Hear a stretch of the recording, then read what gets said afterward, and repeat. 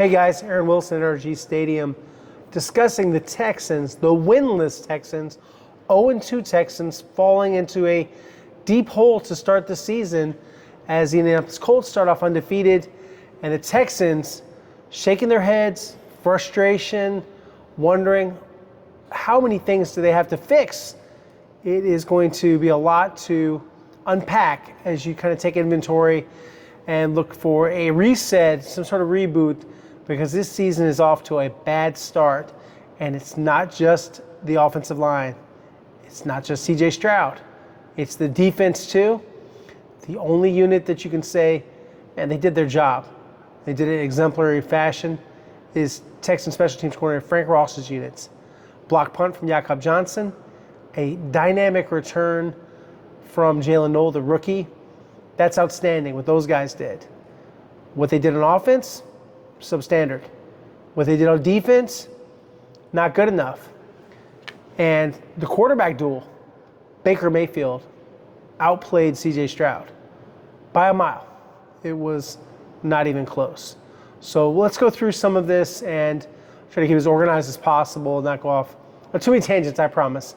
It's a little late, so mine's racing a bit. I've had some writing to do, some television stuff to do as well. So here's what happened. The Texans had a chance. They're down 4 early in the fourth quarter. And they had 3 chances to score from the 1-yard line. And they come empty every single time. First and goal at the 8, Nico Collins, yard shy on the first down catch. Okay. Then Nick Chubb, absolutely stuffed. And they just abandon the run at that point. They don't think they can run. And then C.J. Stroud throws 2 times in a row to Nico Collins, and they go turn it over on downs.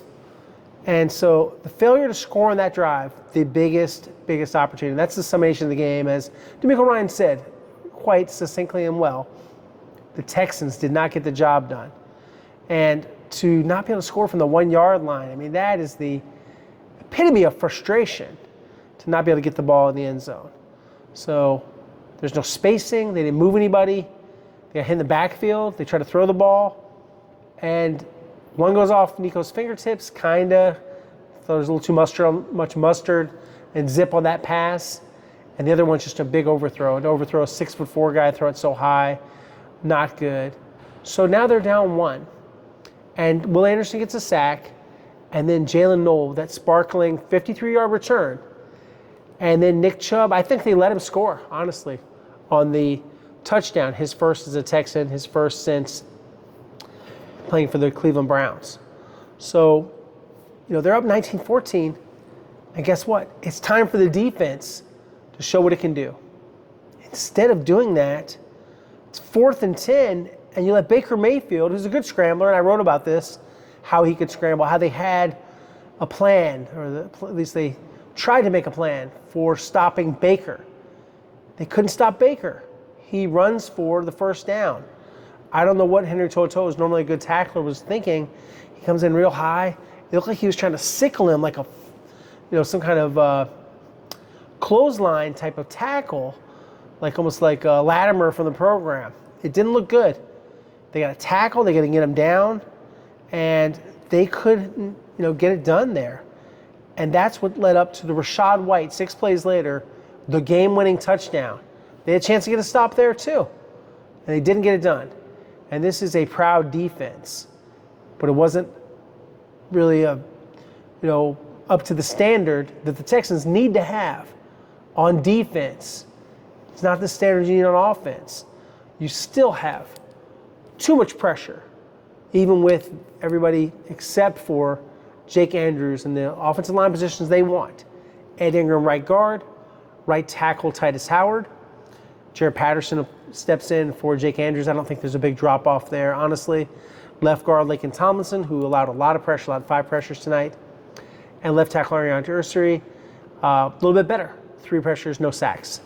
So they're 2 for 9 on 3rd down. They have 4 consecutive punts before this goal line fail. And as CJ says, you can make a bunch of excuses, but they're just not getting it done. At the end of the day, that's all that matters. Performance. Not about process over results anymore. That was the David Culley, Lovie Smith years. Now it's about getting it done. And they didn't get it done. And as CJ says, everybody's going to talk crazy, say we suck and we're this and we're that. But at the end of the day, they got to stay together, have honest and hard conversations. I agree with that. That's what it takes. Accountability, accountability, accountability. Solidarity, too. Got to stick together. The team needs more confidence in offense, he believes. They'll have to confidently play better together. He says that's a big thing. Couldn't have said it better, CJ. Agree with you. And again, all of that comes back to that big play. I think that was arguably the turning point. The fourth down, there's 1 minute and 24 seconds to go. Baker Mayfield drops back, and he's in trouble. And Henry To'oTo'o misses that arm tackle, and finally, C.J. Gardner-Johnson gets him down. In terms of what happened, they'd already sacked him 4 times. They'd had good pressure. 2 sacks from Danielle Hunter, Mr. Passion for Fashion. Please check out my feature on Click to Houston and on television, KPRC2. Danielle, winning performance. Will Anderson, winning performance. Derek Stingley Jr. on Mike Evans, a winning performance. Kalen Bullock allows a touchdown to the tight end. That's not enough. Linebacker, definitely not good enough. They didn't stop the run. And we'll get into that a little bit, but let's go back to the offense. So CJ, in terms of some takeaways about CJ Stroud, and CJ, I was saying he's a bad quarterback. He's not a bad quarterback. He's very good, but he didn't play that way. So you've got the defense faltering, but you've got this connection that's not there because they are missing other weapons. No Christian Kirk. That's having an impact on the offense, not having that reliable slot. So they targeted Nico 5 times in the first game. They have 3 catches, 25 yards. This time, he got targeted 9 times, and everybody knew he was going to get the ball. So he had a 29-yard touchdown. That was a beautiful pass from CJ. And after that, it goes downhill. He was targeted just once more the rest of that half, and he couldn't hit him on 3rd or 4th down, and that derailed the whole drive there when they're at 4th and 1. As Nico said, you got to make the plays. The opportunity's there, you got to make the best of it. Just 3 catches, 52 yards. There's 9 targets. 3 for 9 is a poor percentage. That's not what you need. As far as protection, last week, 3 sacks, 41.2 pressure rate. This time still over 40%. And it wasn't great. I thought with having Ed Ingram in there, having better protection, it was a little bit better, but it wasn't quite what you need. And so CJ, 8 for 13, 121.0 quarterback rating in the first half. Second half, it nosedives. 5 for 11, 68.8 passer rating. No turnovers. Yeah, no turnovers, but not good enough. I thought they got outcoached by Todd Bowles and company.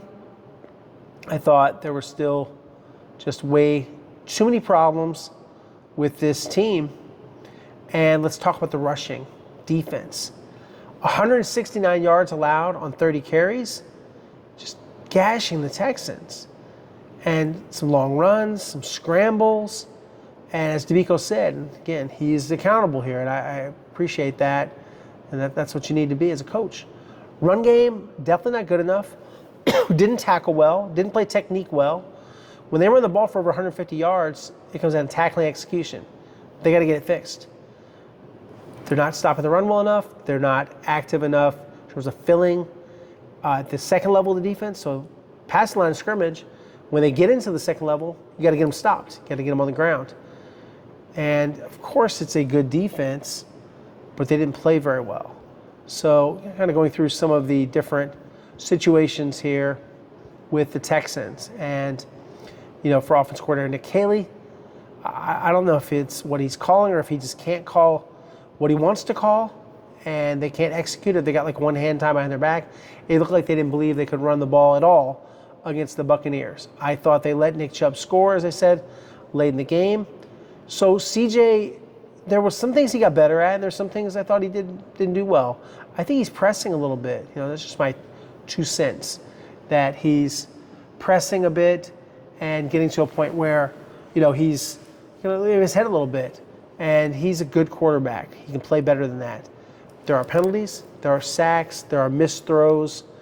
Overall, 13 for 24, 207 yards and a touchdown.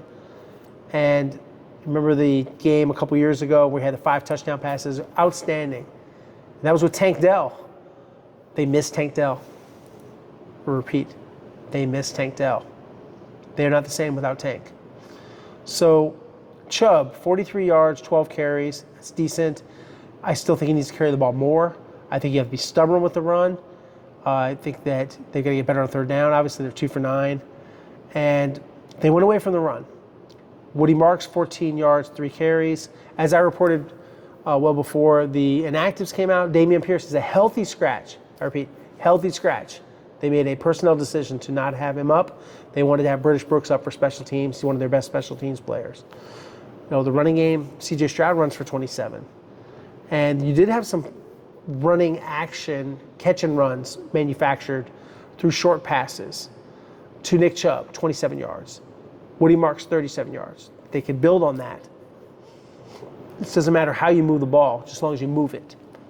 They got to move it better. Like the song, got to move it, move it. And right now they're not moving it. As some of the players said, they're not in a groove. They got to find their way. So I thought tight end was okay with Dalton Schultz, but overall they're just not getting enough. Jaden Higgins, Hutchinson made a couple of plays. Need more of that. Offensive line, no sacks in the first quarter, but then 3 sacks, second consecutive game overall. Laken Thomas, like I said, 1.5 sacks, 5 pressures, according to the analytics, and that was a problem there on the left side. Arion Tertiary, 3 pressures, no sacks overall in his dropbacks. Defensive line, the edges, they were good. I don't think the tackles were that great, other than Sheldon Rankins played well. But I think he got enough from Foley Fatukasi, Tim Settle Jr. Just couldn't stop the run. I mean, you got the running backs. You've got Bucky Irving and Rachaad White combining for 136 rushing yards. And then linebacker, they've got to do better. I feel like Azeez Al-Shire, who got dinged. The only good news I could say out of this game is I don't think there's a real serious injury. I think Justin Watson is hurt, one of their reserve receivers. So they got to hope they get Braxton Berrios and or Christian Kirk back because Watson is injured. Yeah, he didn't finish the game. Jalen Petrie had a rib injury, went back in the game. Azeez Al-Shire had some kind of injury, but he went back in the game. So that was good. They had trouble like we thought they would with Emeka Egbuka. What a good rookie. Touchdown against the Texans. So, they're having some problems with him. Mike Evans mostly against all-pro corner Derek Stingley Jr. He's had a lot of fun playing against a guy that's going to have so many awards when he's done with his career.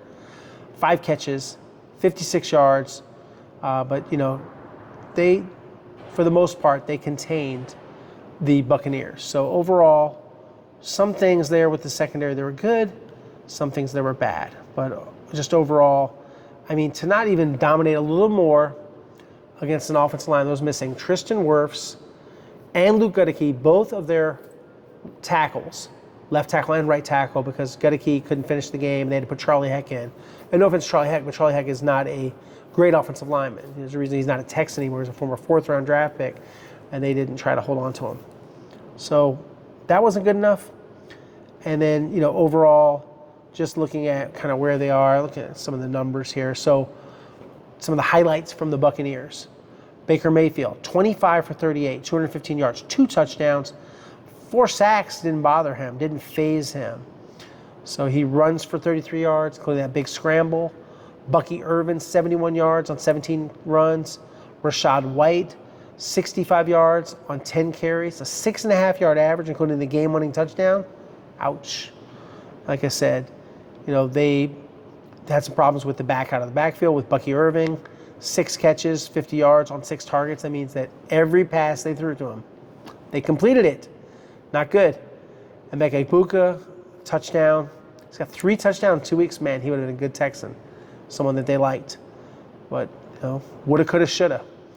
And then on defense, Tyke Smith on the safety blitz gets a sack. You got Lavonte David splitting a sack. You get a whole sack for Greg Gaines. And then you've got another sack for Kalijah Kancey, my bad. And so those are some of the things that went on there. Kick returns, pretty much contained them on kick returns. Nothing elaborate. Same thing with punt returns. They managed to lose despite the other team doinking that field goal, Chase McLaughlin, off the right upright. Like so much what I saw from Jalen Noel. 3 returns, 78 yards, 26-yard average, 34-yard long return on kick returns. Punt returns, 3 returns, 67 yards, the aforementioned 53-yard return. Great job. Kaimi Ferber, he made both of his field goals. 50.8 average from Tommy Townsend. Special teams did their job. Other people didn't. It's got to be better. Game high 11 tackles from Henry To'oTo'o, 10 tackles from Azeez Al-Shire. C.J. Gardner-Johnson played a little bit better, had a quarterback hit, likes to blitz, had 6 tackles. Jalen Petrie, some ups and downs, nothing glaring. And overall, just, Kalen Bullock definitely beaten in single coverage, I thought, for that touchdown. In terms of wide receiver, like I said, not getting enough out of the receivers besides Nico Collins, and they've got to develop other targets. So he has 9 targets. Next closest to that is 4 targets for Dalton Schultz. He gets 3 catches, 29 yards. Dalton played fine. But then you've got 1 target of Harrison Bryant who looked like he tripped over his own feet on that throw. Could have done something there. Then you've got 2 targets and 1 catch for Justin Watson.